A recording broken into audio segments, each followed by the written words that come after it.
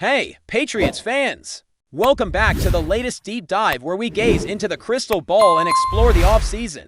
Moves that could change the course for New England this year. Today we're talking about both sides of the ball, which free agents might surprise us by signing with the Pats, and which current roster players could end up being cut once training camp begins. Because every offseason story is full of drama and decisions that define the season ahead. We've got to start by thinking smart about what this team needs to get over that playoff hump. Once again, first up, let's flip the script and focus on offense, not on receivers, but on protecting Drake May like a prize asset. Yes, there's been a lot of speculation that the best value for New England isn't in adding a flashy receiver, but solidifying the offensive line. That's why adding veteran competition at left guard makes so much sense. Cole Strange was drafted in the first round with expectations he'd immediately anchor that spot. But every rookie needs a plan B, even someone with his pedigree. Enter Brandon Scherff, a seasoned guard with plenty of mileage, but still the ability to bring structure and calm to that unit. Think about it, May already has a solid group of skill players around him, a tight end room ready to flourish, a running back committee with depth, and receivers primed to break out under Josh McDaniels' refined offense. You've got Will Campbell locked in at one tackle, Morgan Moses anchored on the other side, plus Mo New and rookie Power from Georgia holding things steady. All that remains is filling that left guard slot. Scherff's presence could either catalyze Strange to step up his game or offer a reliable fallback to ensure May has consistent protection. He knows he's going to face blitzes. He needs guys around him who can switch responsibilities on the fly. And that's exactly what Scherff would bring: a veteran mindset, reassurance, and the kind of season play that can set the tone for a young quarterback's first full season. Of course, salary comes into play. Scherff is no bargain, and at 33, he's closer to the tail end of his career. But he might just be willing to roll the dice on a shorter contract, exactly the kind of veteran deal Patriots love to time right. The challenge is putting that offer together in a way that works for both sides, and agents are always playing for leverage, waiting until the market settles. If the Pats can strike early, it could be a smart, opportunistic move. On the flip side, let's talk about who might be on the bubble. When you look at the roster and its expenditures, Kendrick Bourne's name jumps out, a once promising target who battled back from injury last season only to return at something less than his old form. Bourne now finds himself buried in the depth chart. You've got Stefon Diggs, M. Holland, Pop Douglas, Kyle Williams, Kahan Booty, Poka Baker, and Neffen Chisholm all ahead in the pecking order, and yet Bourne is paid like a top 5 receiver. That's a recipe for tough decisions. If the season started today, he'd be your 4th or 5th option at best. And with his salary slot around 12th highest on the roster, the math just doesn't add up.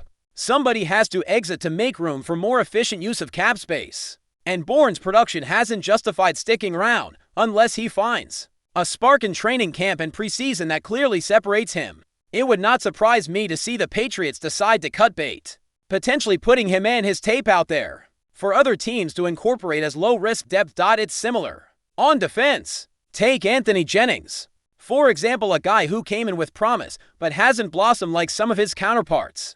The team added Harold Landry and Clayton Chasson in free agency, which pushes Jennings further down the depth chart. He's earning $5.3 million, and if he's no longer a starter or in your top rotation, why pay that much?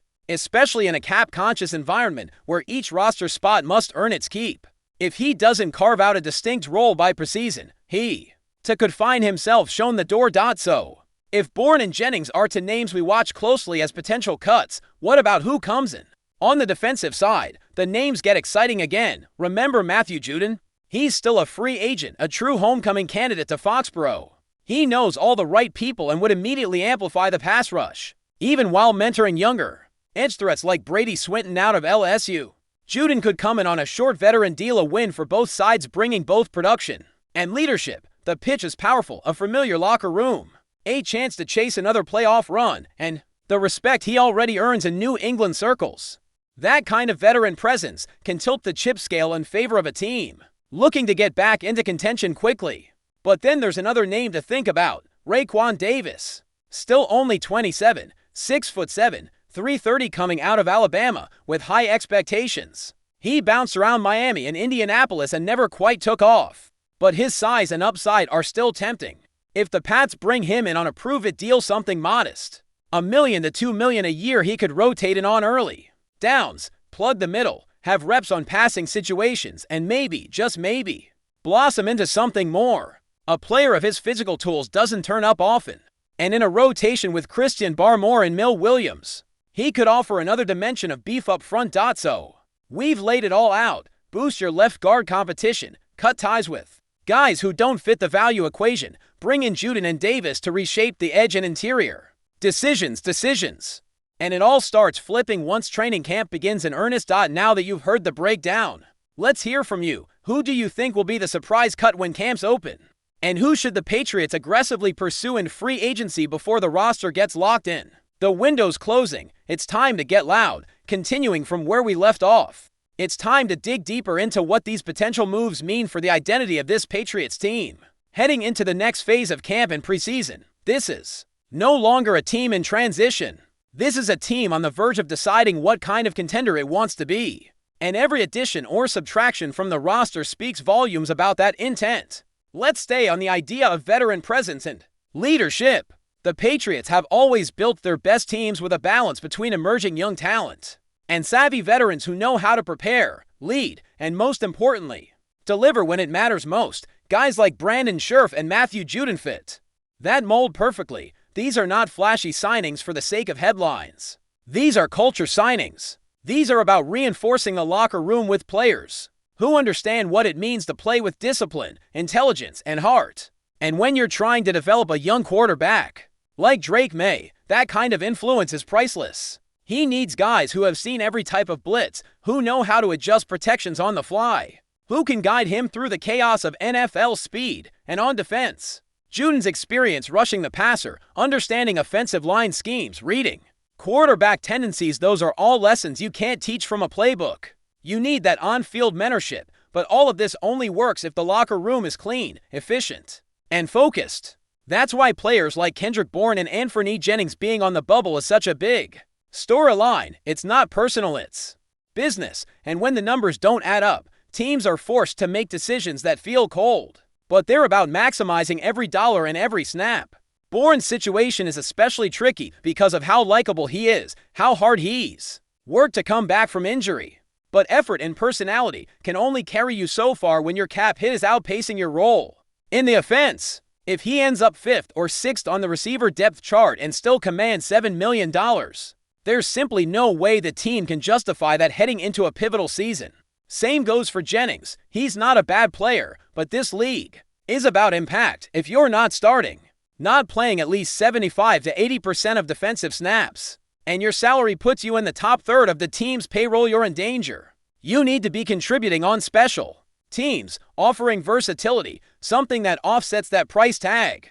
And with the additions the Patriots have made, particularly at the linebacker and edge positions, Jennings might not have enough of a foothold left. Now, if both of these players are released, you suddenly open up cap space to be flexible either now to sign players like Scherff or Juden, or later in season, when injuries inevitably force teams to adapt on the fly. The Patriots have always played the long game, keeping their options open. So don't be surprised if they wait until the very last moment to make those veteran signings. They'll let the market cool, let the players get anxious, and then swoop in with a smart, incentive-laden deal that works for both sides. That's textbook New England front office work. Before we continue, don't forget to subscribe to Patriots Hub and give this video a like. Your support helps us keep delivering the latest updates on our New England Patriots. And don't be shy, share your thoughts on the news in the comments below.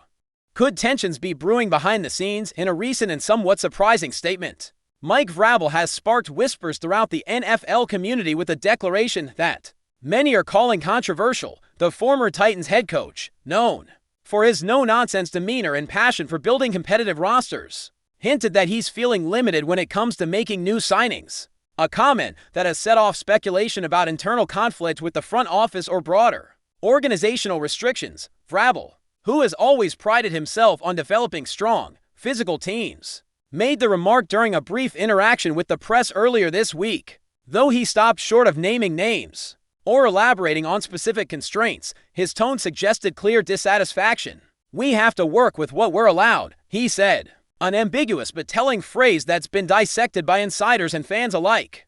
The comment has naturally led to widespread debate. Is Vrabel clashing with team executives over budgetary control? Has ownership reigned in his authority after past high-profile moves? Or could this be an early warning sign of potential friction between coaching vision and financial strategy? The timing of the statement has only intensified curiosity, especially with free agency heating up and teams scrambling to finalize their rosters.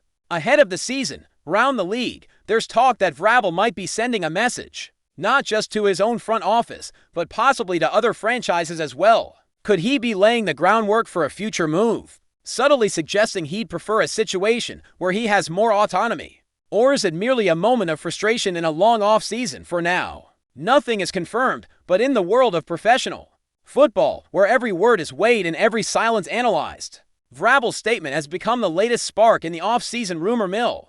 Whether it's just smoke or the early signs of fire, only time will tell. That's it for this update. If you enjoyed the video and want to stay updated with exclusive news about our New England Patriots, be sure to subscribe to Patriots Hub and hit that like button. We can't wait to hear your thoughts in the comments. See you in the next video.